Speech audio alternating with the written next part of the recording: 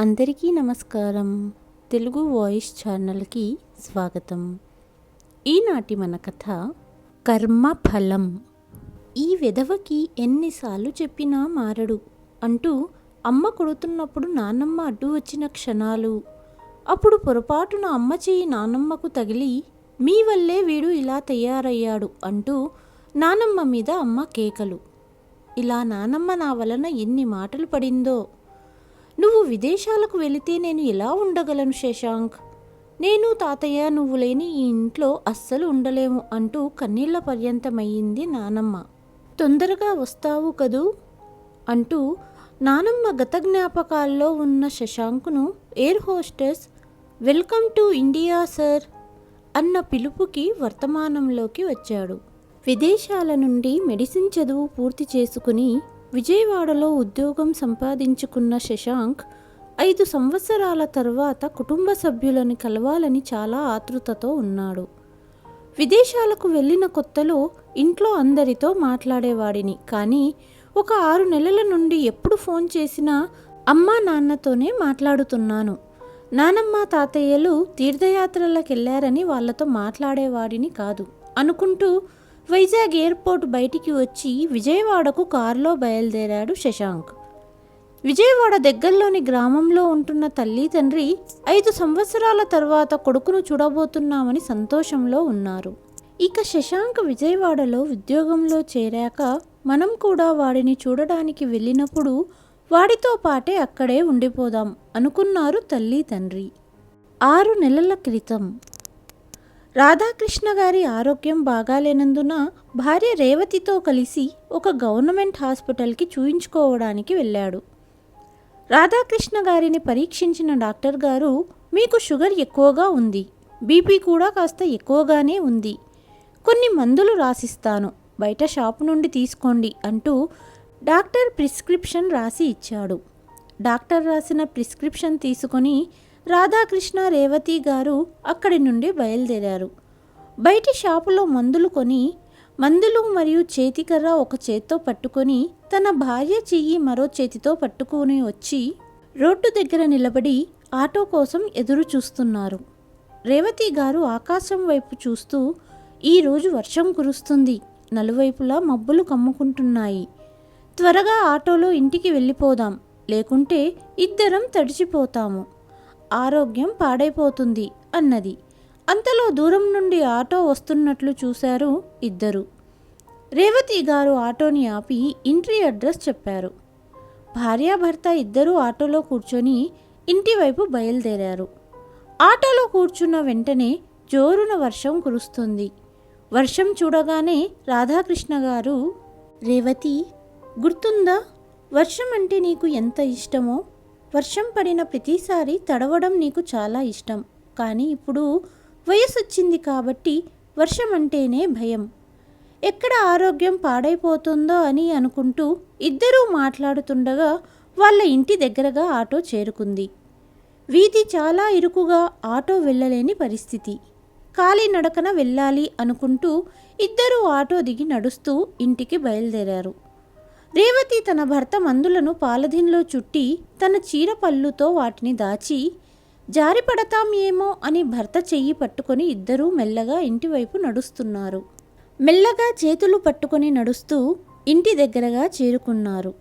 Tea తాగుతూ ఇంటి బయట వరండాలో కూర్చున్న కోడలు వర్షంలో తడుస్తూ దూరం నుండి వస్తున్న అత్తగారు మామగారిని చూసి షాక్ అయ్యి తన భర్త పవన్ని పిలిచింది. ఇది చూశారా, వృద్ధాప్యంలో మీ అమ్మా నాన్నలు వీధుల్లో చేసే పనులు. ఇద్దరూ వానలో తడుస్తూ ఒకరి చెయ్యి ఒకరు పట్టుకొని నడుస్తున్నారు. అరే, అసలు సిగ్గుందా వీళ్ళకి? అంత ముసలివాళ్ళయ్యారు, చుట్టుపక్కల వారు చూస్తే ఏమనుకుంటారు అనే తెలివి కూడా లేదే. వీళ్ళ గురించి వీళ్ళు ఏమనుకుంటున్నారు? పవన్ కూడా ఇంటివైపు నడుస్తున్న అమ్మా నాన్నను చూశాడు. ఈరోజు అమ్మా నాన్నలను రానివ్వు, వారికి బాగా బుద్ధి చెబుతాను. ఈ వీధిలో నాకంటూ గౌరవం ఉంది, వీళ్ళ వల్ల తలెత్తుకోలేకపోతున్నాను అన్నాడు.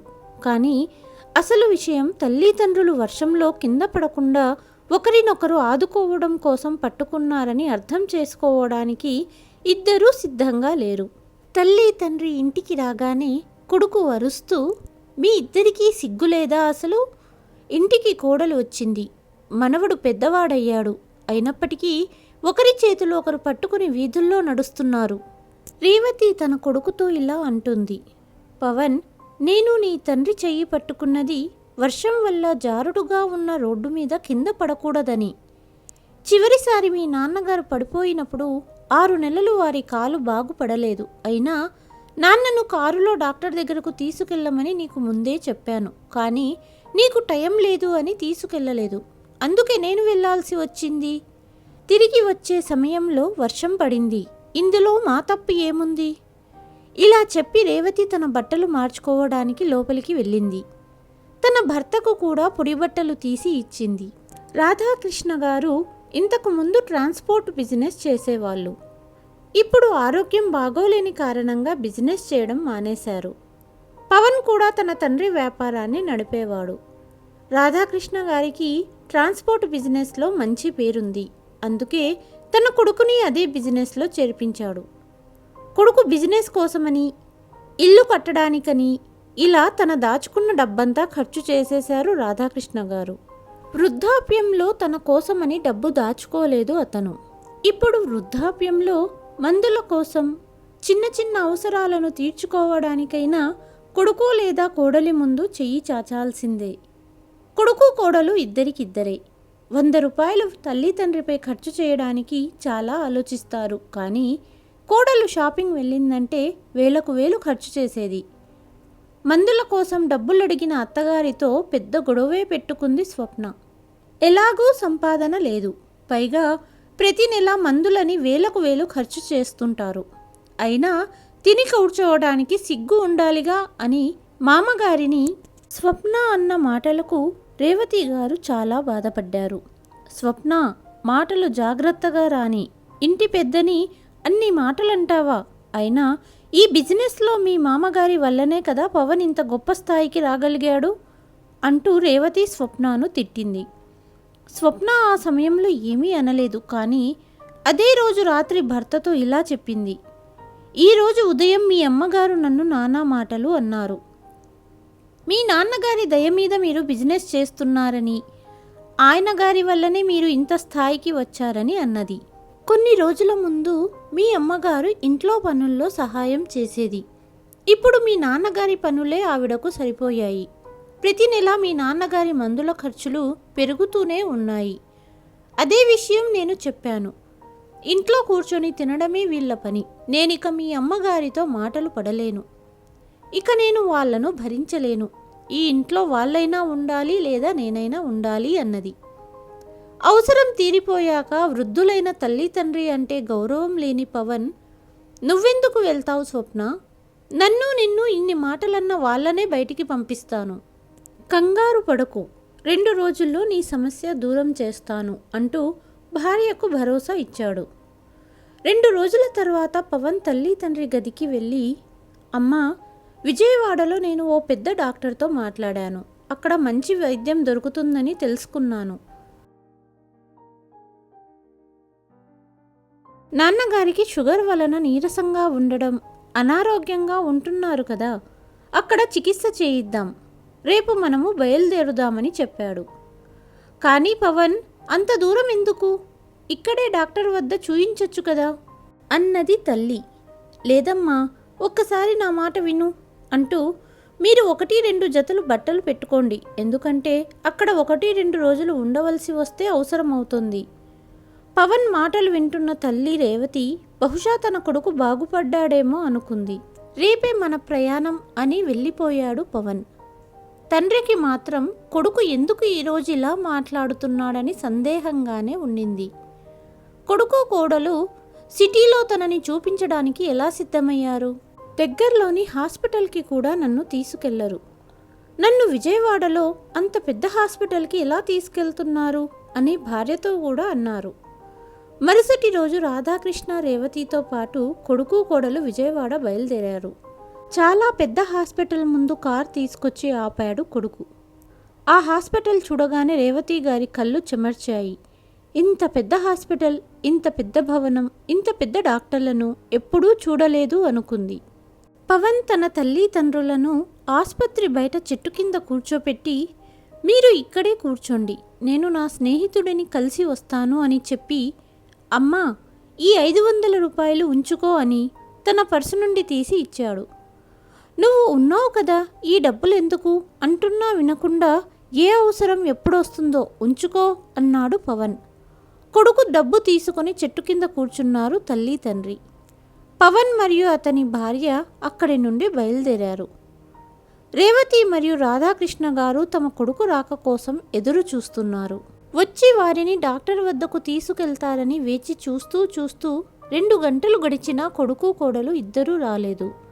ఇప్పుడు తమను తీసుకెళ్లేందుకు కొడుకు ఎందుకు రాలేదని ఇద్దరికీ ఆందోళనగా ఉంది. సమయం మధ్యాహ్నం నుండి సాయంత్రం అయ్యింది. కొడుకు కోడలి జాడ తెలియలేదు.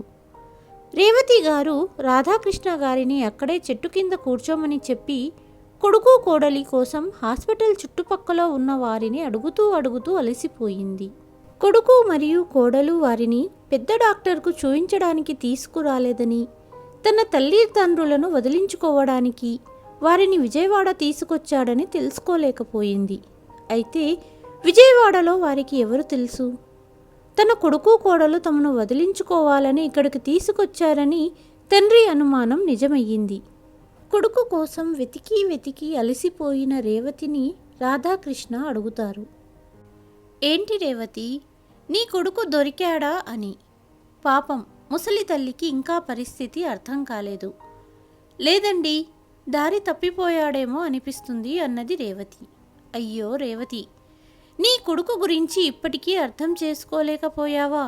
నీ కొడుకు కోడలు మనల్ని ఇక్కడ కావాలనే వదిలేసి వెళ్ళారు. తన కొడుకు కోడలు తమను విడిచిపెట్టారని తెలియగానే ఆమె తన భర్త భుజంపై తలపెట్టి బోరున ఏడ్చింది. ఏంటి మా తలరాత, భగవంతుడు ఇలా రాశాడు. ఇలాంటి కొడుకునా నేను కన్నది.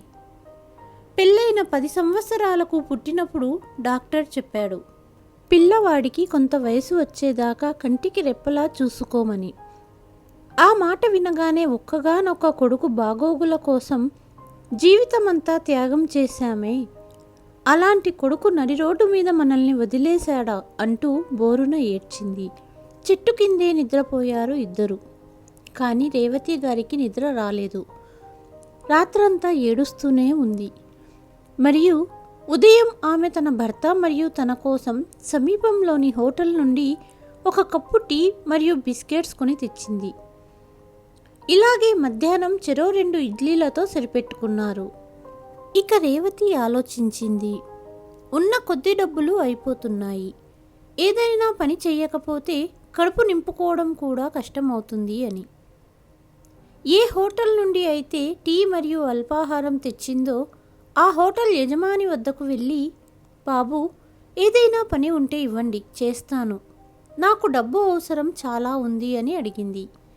ఆ హోటల్ యజమాని, అమ్మా నీకు కావాలంటే ఈరోజు నా హోటల్లో పాత్రలు కడిగే ఆవిడ రాలేదు, మీరు అవి క్లీన్ చేయండి, బదులుగా మీ ఇద్దరికీ కొంత డబ్బు ఇస్తాను అన్నాడు. అలాగే హోటల్ మూలలో పాడుబడిన గది ఉంది, అక్కడ ఉండండి, కానీ పాత పని మనిషి వచ్చిందంటే మీరు వెళ్ళిపోవాల్సి వస్తుంది అన్నాడు. వేరే దారి లేని రేవతి అంట్లు తోమడానికి ఒప్పుకుంది. శశాంక్ విజయవాడలో హాస్పిటల్లో మొదటి రోజు ఉద్యోగంలో జాయిన్ అవ్వడానికి బయలుదేరాడు.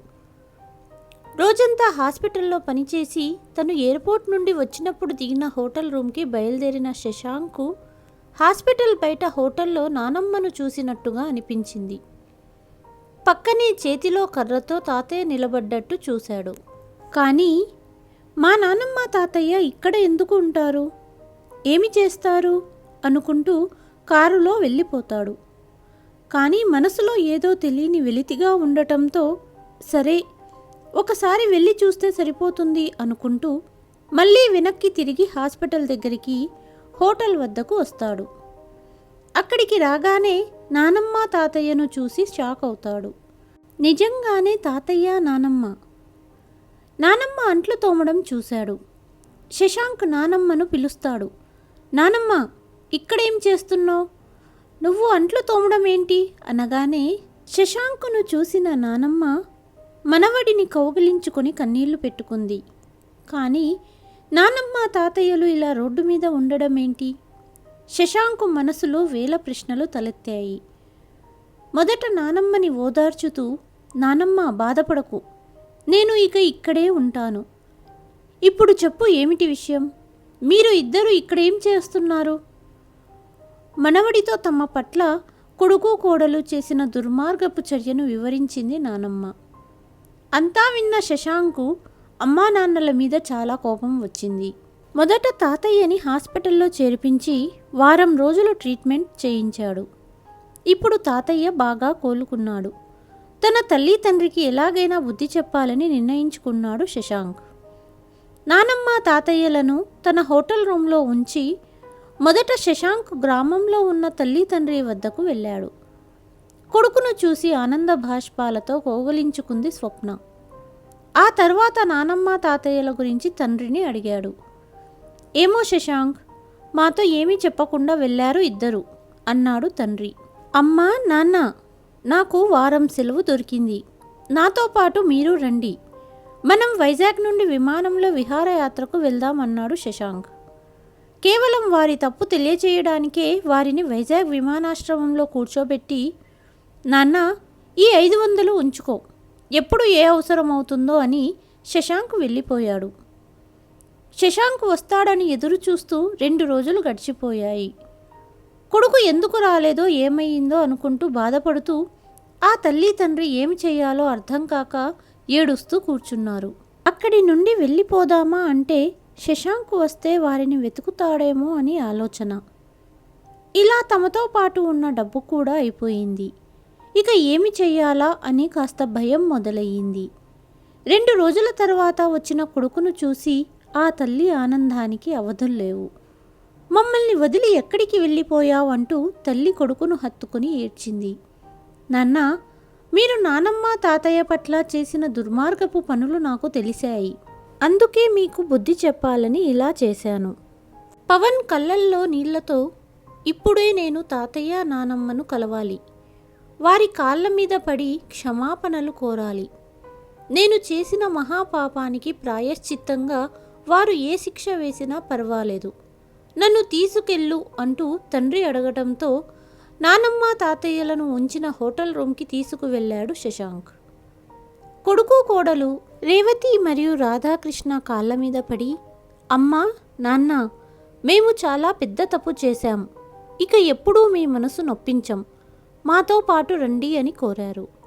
అంతలో మనవడు, నానమ్మ తాతయ్య, మనమందరం విజయవాడలో పెద్ద ఇల్లు తీసుకొని ఇంట్లో అల్లరి చేద్దాం, పదండి వెళ్దాం అని అడగగా మనవడి మాట కాదనలేక రేవతి రాధాకృష్ణ తన కొడుకు మరియు కోడలను క్షమించి అందరూ సంతోషంగా నవ్వుతూ కలిసి జీవించడం మొదలుపెట్టారు.